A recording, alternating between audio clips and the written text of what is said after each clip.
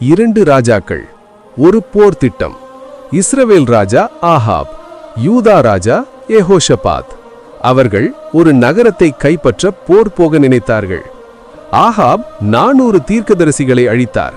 அவர்களிடம் கேட்டார், போர் போகலாமா? அனைவரும் ஒரே பதில் சொன்னார்கள், போகலாம், ஜெயம் உங்களுக்கே. ஆனால் யெகோஷபாத் ஒரு முக்கியமான கேள்வி கேட்டார், கர்த்தரின் உண்மையான தீர்க்கதரிசி யாராவது இருக்கிறாரா? அப்போது ஆகாப் சொன்னார், ஒருவன் இருக்கிறான், ஆனால் அவன் எப்போதும் எனக்கு நல்ல செய்தி சொல்ல மாட்டான். அவர் மிக்காயா.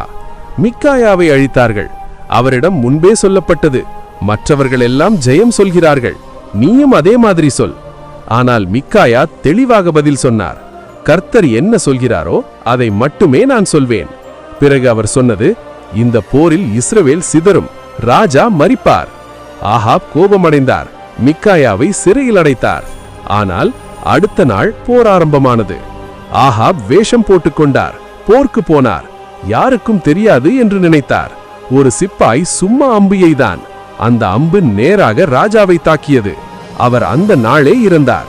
மிக்காயா சொன்னது அப்படியே நடந்தது. இந்த கதை நமக்கு சொல்லுவது, அனைவரும் சொல்வது உண்மை அல்ல. உண்மை சில நேரம் தனியாக இருக்கும்.